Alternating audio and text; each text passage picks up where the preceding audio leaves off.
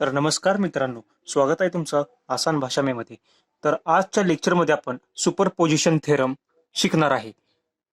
आता जसं तुम्ही स्क्रीनवर बघू शकताय, superposition theorem states that the response in any element of linear bilateral RLC network containing more than one independent voltage and current source is the algebraic sum of responses produced by the independent source when each of them acting alone with voltage sources are short circuited, current sources are open circuited, all dependent voltage source and current source remain same as they are and therefore they are neither short circuit nor open circuited.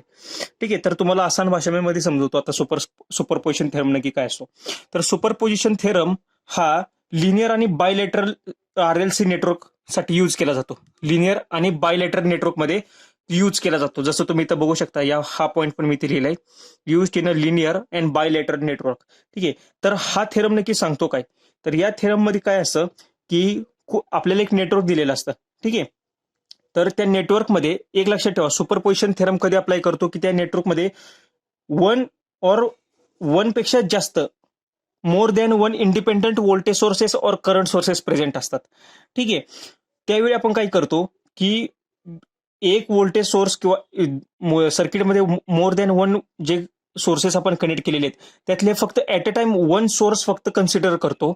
ठीक आहे, आणि दुसरा जो source आहे तो त्याच्या internal resistance प्रमाणे आपण ओपन सर्किट किंवा शॉर्ट सर्किट करतो.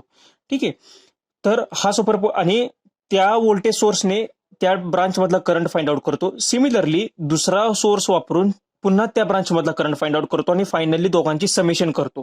तर हा सुपरपोजिशन थेरम आहे. जसं तुम्ही स्क्रीनवर बघू शकताय, हे आसान भाषा में हे पूर्ण जी लँग्वेज आहे ती पूर्ण टेक्निकल आहे. एक लक्षात ठेवा फक्त की यामध्ये सुपरपोजिशन थेरम कधी अप्लाय करतो ज्यामध्ये एक पेक्षा जास्त सोर्सेस असतात त्यावेळी. आणि ज्यावेळी तुम्ही न्यूमेरिकल शिकाल त्यावेळी तुम्हाला खूप इझिली समजून जाईल की सुपरपोजिशन थेरम नक्की आहे काय. आणि सुपरपोजिशन थेरम कधीच आपण अप्लाय करू शकतो ज्यावेळी ते सर्किट लिनियरिटी प्रॉपर्टीज त्या सर्किटने सॅटिस्फाय करायला हवी. आता लिनियरिटी प्रॉपर्टी म्हणजे काय, तर त्या सर्किटमध्ये ऍडिटिव्हिटी आणि होमोजिनिटी या दोन्ही प्रॉपर्टीज त्या सर्किटने फुलफिल केल्या पाहिजेत. ऍडिटिव्हिटी म्हणजे नक्की काय, for example suppose f of x plus y is equal to f of x plus f of y, हे जर इक्वेशन एखाद्या सर्किटने सॅटिस्फाय केलं तर त्याला ऍडिटिव्हिटी प्रॉपर्टी बोलतात. आणि होमोजिनिटी म्हणजे काय की होमोजिनिटीचं म्हणजे बेसिक प्रिन्सिपल काय असतं की आउटपुट जे असतं आपलं, जसं जसं आपण इनपुट वाढवतो सेम त्या रेशोमध्ये आपलं आउटपुट वाढत जातं, म्हणून ते डायरेक्टली प्रोपोर्शनल असतं इनपुटला आउटपुट. ठीक आहे, ह्याचं एक्झाम्पल काय, f of a x is equal to a into f of x, हा पॅरामीटर बाहेर आला, हा डायरेक्टली प्रोपोर्शनल साठी. ठीक आहे, तर हे तुम्हाला एवढे इनडेप्थ नाही विचारतात, फक्त एक विचारतात की लिनियरिटी प्रॉपर्टी कुठल्या थेरमसाठी इम्पॉर्टंट असते, तर ती सुपरपोजिशन थेरमला लिनियरिटी प्रॉपर्टी. कारण की एखादं सर्किट जर लिनियर नसेल, नॉन लिनियर असेल, तर त्याला सुपरपोजिशन थेरम आपण नाही अप्लाय करू शकत. म्हणून जसं आपण हा पॉईंट पण बघितला, use in a linear and bilateral element, या दोन इलेमेंट मध्येच यूज केला जातो लिनियरिटी. ठीक आहे, आणि सुपरपोजिशन अप्लाय करण्यासाठी linear circuit he must condition आहे. ठीक आहे, ते सर्किट लिनियर असलं पाहिजे. आता तुम्हाला एक्झाम्पल मधून मी सांगतो, पण जसं मी तुम्हाला सांगितलं, ज्यावेळी सर्किटमध्ये more than one network sources असतात त्यावेळी आपण दुसरा सोर्स आहे ना तो त्याच्या इंटरनल रेजिस्टन्सने रिप्लेस करतो. ठीक आहे, मग व्होल्टेज सोर्स जर आपल्याला रिप्लेस करायचा असेल तर तो शॉर्ट सर्किट करतो. जसं आपण बघितलं, तुम्ही ते लेक्चर बघितलं असेल मागचं, की ज्याच्यामध्ये मी practical current sources, practical voltage sources, यामध्ये मी एक इम्पॉर्टंट पॉईंट लिहून दिलता की इंटरनल रेजिस्टन्स, व्होल्टेज सोर्सचा इंटरनल रेजिस्टन्स नेहमी 0 हवाय. ठीक आहे, आयडियली 0 हवाय, म्हणजे आयडियली 0 असतो, पण आपण काय करतो की 0 ठेवण्याचा प्रयत्न करतो, कमी असतो. म्हणजे जर एखादा रेजिस्टन्स जर 0 असेल तर याचा अर्थ ते शॉर्ट सर्किट आहे. ठीक आहे, म्हणून व्होल्टेज सोर्स हे आपण शॉर्ट सर्किट करतो. आणि करंट सोर्सला आपण काय केलं होतं, करंट सोर्सचा इंटरनल रेजिस्टन्स आपण इन्फिनिटी धरलेला, इन्फानाइट असला पाहिजे, पण ऍक्च्युअल मध्ये इन्फानाइट नसतो, त्यामुळे आपण पॅरलल रेजिस्टन्स कनेक्ट केला होता प्रॅक्टिकल करंट सोर्समध्ये. ठीक आहे, तर करंट सोर्स हा ओपन सर्किट करायचा. इन्फानाइट याचा अर्थ काय की ती ब्रांच आपण ओपन ठेवलेली, बरोबर ना, ओपन म्हणजे ओपन सर्किट झाली. इन्फानाइट रेजिस्टन्स म्हणजे त्यातून करंट काहीच नाही फ्लो होणार. सर्किटचा रेजिस्टन्स इन्फानाइट म्हणजे त्यातनं करंट काही सुद्धा फ्लो होणार नाही, म्हणून ते ब्रांच ओपन सर्किट ठेवलेली. आणि हा एक इम्पॉर्टंट पॉईंट आहे बरं, यावर क्वेश्चन विचारला जाऊ शकतो. या थेरम मधून आपण पॉवर नाही फाइंड आउट करू शकत, फक्त त्या ब्रांच मधनं फ्लो होणारा करंट किंवा एखाद्या ब्रांचच्या अक्रॉसचं व्होल्टेज, हे दोन पॅरामीटर आपण मोस्टली सुपरपोजिशन थेरमने फाइंड आउट करतो. ठीक आहे, तर हे झालं त्याचं थेरोटिकल आता आपण पाहिलं. तर यावर आतापर्यंत थेरोटिकलच क्वेश्चन विचारलेले आहेत, न्यूमेरिकल क्वेश्चन नाही विचारलेला कधी. त्यामुळे तुम्ही थेरोटिकल व्यवस्थित समजून घ्या की ते लिनिअरिटी प्रॉपर्टी सॅटिस्फाय करतं. ऍडिटिव्हिटी आणि होमोजिनिटी हे दोन कंटेंट आहेत लिनिअरिटीचे. तर व्होल्टेज सोर्सला आपण काय करतो, यावर विचारला जाऊ शकतो, व्होल्टेज सोर्स काय होणार, शॉर्ट सर्किट. करंट सोर्स काय होणार, ओपन सर्किट. ठीक आहे, हे तुम्हाला समजलं ना. ते त्या व्हिडिओ लेक्चरमध्ये मी पूर्ण सांगितलं की व्होल्टेज सोर्सचा इंटरनल रेजिस्टन्स मिनिमम हवाय, मिनिमम म्हणजे शॉर्ट सर्किट. ठीक आहे, तर आता आपण हा क्वेश्चन बघणार आहे. तर हा क्वेश्चन नंबर 1 आपल्याला इथे दिलेला आहे. तर एक सर्किट तुम्ही बघू शकता, इथं 1 एम्पियरचा करंट सोर्स कनेक्ट केलेला आहे in series with the 2 ohm resistance. आणि हे दोन्ही कनेक्शन या 2 ओहम आणि 2 व्होल्टच्या व्होल्टेज सोर्सच्या अक्रॉस कनेक्ट केलेले आहे. आणि या दोघांच्या अक्रॉस 8 व्होल्ट कनेक्ट केलेले. ठीक आहे, तर आपल्याला हा करंट फाइंड आउट करायचा आहे. हा 8 व्होल्टचा सोर्स आहे ना, किती करंट प्रोव्हाइड करतोय, किती करंट इथून फ्लो होतोय, हा करंट आपल्याला फाइंड आउट करायचा आहे. तर आता हे आपण सुपरपोजिशन थेरम शिकतोय म्हणून मी हे सुपरपोजिशननी फाइंड आउट करतोय, पण हे तुम्ही ऍक्च्युली केसीएलनी सुद्धा आरामशीर फाइंड आउट करू शकता. इथं फक्त व्होल्टेज येणार व्ही. ठीक आहे ना, केसीएलनी कसं फाइंड आउट करणार, आता हे तुम्ही बघू शकता 8 व्होल्ट हे इथे कनेक्टेड आहे आणि इथं, म्हणजे ह्याच्या आणि ह्याच्या या दोघांच्या अक्रॉस टोटल 8 व्होल्टचा व्होल्टेज सोर्स आहे. आता हे तर 2 व्होल्ट आहे, म्हणजे ह्याच्या अक्रॉस किती व्होल्ट आलं, 6 व्होल्ट आलं, बरोबर ना. ह्याच्या अक्रॉस 6 व्होल्ट आलं, मग 6/2 किती आलं, 3. म्हणजे इथून करंट फ्लो होतोय तो 3 एम्पियर फ्लो होतोय. आलं लक्षात, म्हणजे इथनं 1, तर ह्याचा आन्सर 2 एम्पियर असणार आहे. हे केसीएलने आपण तोंडी सॉल्व्ह केला. पण आता आपण सुपरपोजिशन थेरमने आपण बघणार आहे. तर सुपरपोजिशन थेरमने आपण काय करतो, पहिल्यांदा इथं 3 सोर्सेस दिसत आहेत तुम्हाला. 1 एम्पियरचा करंट सोर्स, 2 व्होल्टचा व्होल्टेज सोर्स, 8 व्होल्टचा व्होल्टेज सोर्स. तर आपण काय करणार, पहिल्यांदा एक सोर्स कन्सिडर करायचा. तर मी पहिल्यांदा कन्सिडर केला करंट सोर्स. ठीक आहे, कन्सिडर करंट सोर्स. हा 1 एम्पियरचा करंट सोर्स मी कन्सिडर केला. आता हे सर्किट कसं रिप्लेस होणार, व्होल्टेज सोर्सला मी काय म्हटलं इथं शॉर्ट सर्किट करायचं. तर हा शॉर्ट सर्किट झाला, इथे झालं. हा व्होल्टेज सोर्स काय झाला, शॉर्ट सर्किट झाला. ठीक आहे, हे दोन तर शॉर्ट सर्किट झाले. आता इथून पुढे जरा इम्पॉर्टंट आहे, तर हे दोन शॉर्ट सर्किट झाले. तर आता हा बघू शकता तुम्ही 1 एम्पियरचा करंट सोर्स आहे, हा 1 एम्पियर असा जातोय.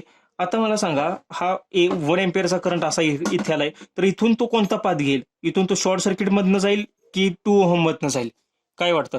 तर ज्यावेळी करंट फ्लो होतो, करंट फ्लो होताना नेहमी लो रेजिस्टन्स पाथ फॉलो करतो, बरोबर ना. आपल्याला एका ठिकाणी जर जायचं असेल तर आपण चांगला रस्ता निवडणार की इन्स्टेड ऑफ दुसरा रस्ता. त्यामुळं शॉर्ट सर्किटमध्ये ज्या ब्रांचचा रेजिस्टन्स 0 आहे, इथं रेजिस्टन्स आहे 2 ओहम, पण या ब्रांचचा रेजिस्टन्स 0 आहे, त्यामुळं करंट हा पूर्ण या ब्रांच मधनं फ्लो होणार असा, आणि या 2 ओहम मधून काहीच नाही करंट फ्लो होणार. तर मित्रांनो, तुम्ही ते पाहू शकता की हा जो करंट आहे, तर हा करंट असा या डायरेक्शनने शॉर्ट सर्किटमधनं फ्लो होतोय, पण आपल्याला ऍक्च्युअलमध्ये करंट हा अपवर्ड डायरेक्शनने विचारलाय. ठीक आहे, हा 1 एम्पियर करंट हा ऍक्च्युली डाऊनवर्ड डायरेक्शनला खाली जातोय. हा शॉर्ट सर्किट पाथमधून तर फ्लो होणार हे तर आपल्याला समजलं, कारण की हा 2 ओहमचा रेजिस्टिव्ह पाथ नाही बघणार. करंट फ्लो होताना नेहमी कमीत कमी रेजिस्टन्सवाला पाथ जास्त फॉलो करतं.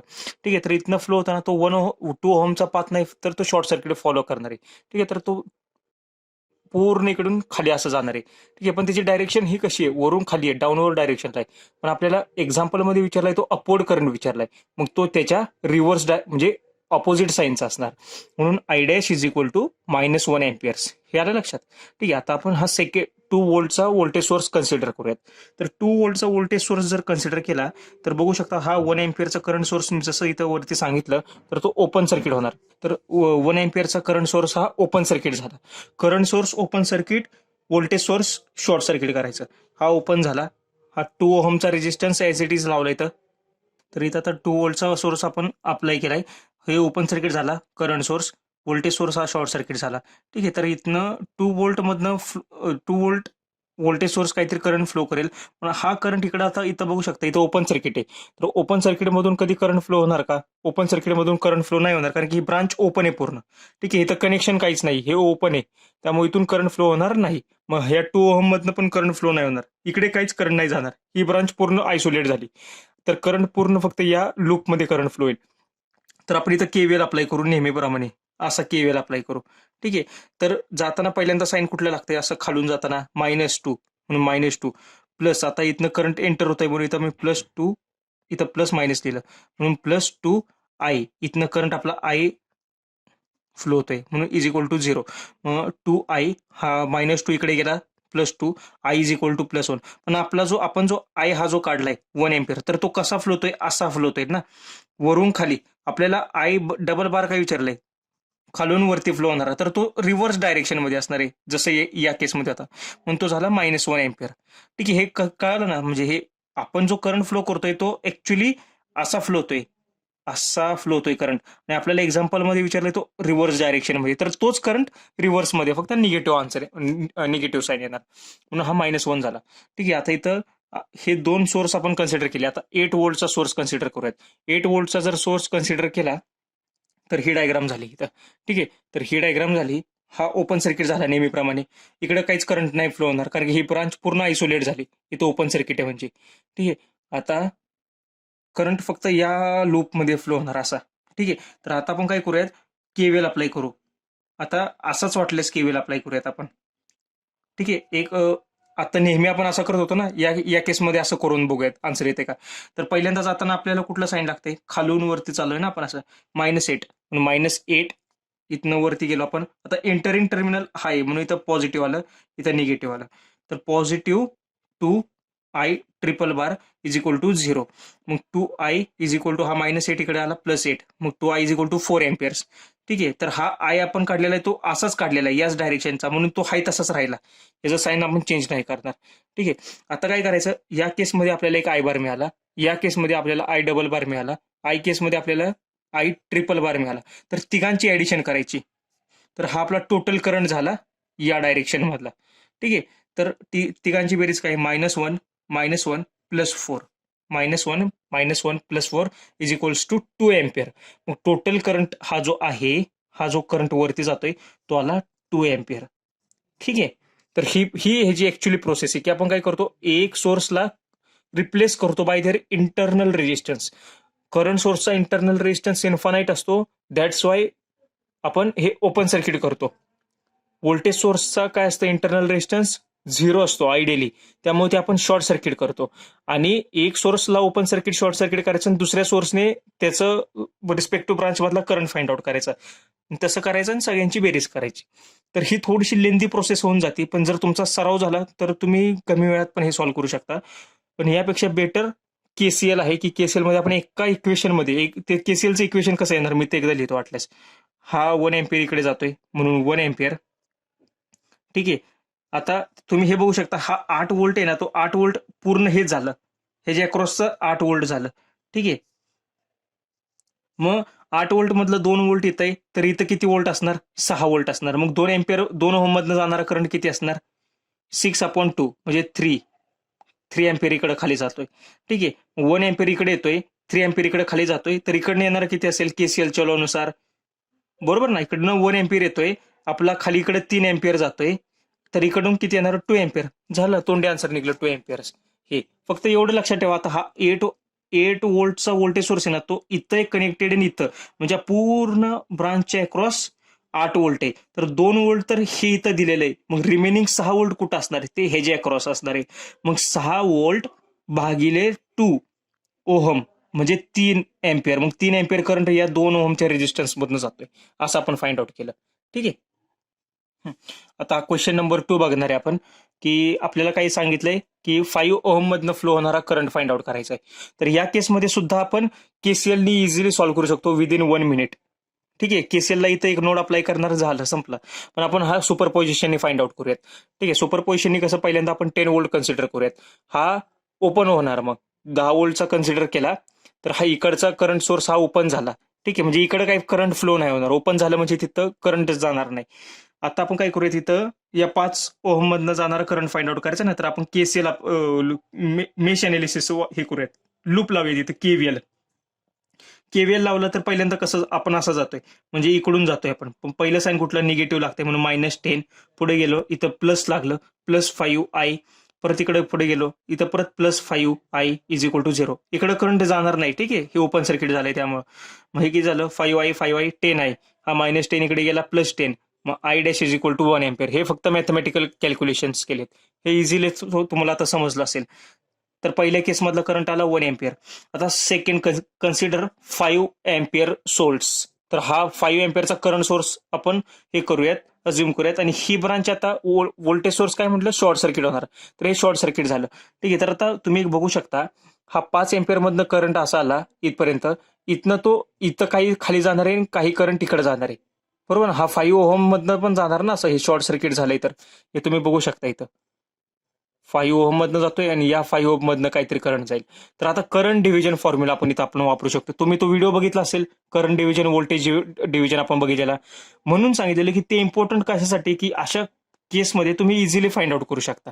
आले लक्षात. मग आता आपल्याला यातला करंट काढायचा आहे, या ब्रांच मधला आय डबल डॅश, ठीक आहे. तर आय डबल डॅश काढण्यासाठी मी जसं तुम्हाला सांगितलं, करंट सोर्समध्ये total current IT, total current काय आपला 5 एम्पियर. तर 5 एम्पियर करंट असा येतोय ना, 5 एम्पियर असा येतोय, इकडं काहीतरी निम्मा, इकडं काहीतरी जातोय आणि इकडं काहीतरी जातोय, ठीक आहे. तर 5 एम्पियर टोटल करंट मिळते लिहिला हा, ठीक आहे. 5 एम्पियर्स इंटू, आता या ब्रांच मधनं जातोय ना, तर ही ब्रांच सोडायची, दुसरी ब्रांच बघायची. तो व्हिडिओ तुम्ही बघितला नसेल तर तो व्हिडिओ पुन्हा एकदा बघा. या ब्रांच मधनं करंट जातो, काढायचा आहे ना, तर ही ब्रांच सोडायची, ही ब्रांच धरायची. मग हा 5 ओहमचा हा 5 मी इथं लिहिला, डिवायडेड बाय हा टोटल रेजिस्टन्स 5 आणि हा 5 किती झालं, 5 + 5 10 डिवायडेड बाय 10, ठीक आहे. तर 5 × 5 25 डिवायडेड बाय 10 2.5 एम्पियर्स. म्हणून आता सेकंड केसला काय करणार, दोघांची डायरेक्शन खाली आहे ना, मग दोघांचं एडिशन करायची. 1 + 2.5 is equal to 3.5 amperes. Option d 3.5 amperes. खूप इझी आहे हे. करंट डिव्हिजन समजलं असेल तुम्हाला, हे कसं करतो आपण, ठीक आहे. आणि त्याचप्रमाणे अजून एक लॉजिकल सांगतो आता. 5 एम्पियर करंट असा येतोय, आता 5 ओहम असा आहे, 5 ओहम असा आहे, हे दोन्ही रेजिस्टन्सेस सेम आहेत, त्यामुळे तो काय होणार आहे, इक्वली डिस्ट्रीब्यूट होणार दोघांमध्ये. म्हणून इकडे 2.5 आणि इकडे 2.5, ठीक आहे. तर हा आपण सुपर पोझिशननी फाइंड आउट केला. आता केसीएलनी पण आपण इझिली फाइंड आउट करू शकतो. केसीएलनी कसं फाइंड आउट करणार, इथंच मी सॉल्व्ह करतो हवं तर. केसीएलनी कसं फाइंड आउट करणार, इथं इथं मी नोड व्होल्टेज लिहितो व्ही, हे व्ही व्होल्टेज आहे, ठीक आहे. इनकमिंग करंट काय आहे 5. मी आता हे दोन्ही पण मी आउटगोईंग करंट धरतो, ठीक आहे. 5 इज इक्वल टू आयची व्हॅल्यू काय आहे, I plus v minus 10 divided by 5, ठीक आहे. तर 5 is equal to I is equal to what, v upon r, r is 5 plus v minus 10 divided by 5, ठीक आहे. 5 हा इकडे मी मल्टिप्लाय करतो, 25 is equal to 2v minus 10, 35 is equal to 2v, v is equal to 17.5, ठीक आहे. तर आता I काढायचं ना आपल्याला, I is equal to what, v upon 5, 17.5 divided by 5. Find out करा, 5 15 3 25 5 आलं. सेम आन्सर विदिन 1 मिनिट हे आन्सर आपलं फाइंड आउट झालं, ठीक आहे. तर ही केसीएल मेथड एवढी इझी आहे. तर हा व्हिडिओ तुम्हाला आवडला असेल, ठीक आहे. तर या नेक्स्ट व्हिडिओमध्ये आपण पुढचा टॉपिक डिस्कस करूयात. थँक्यू.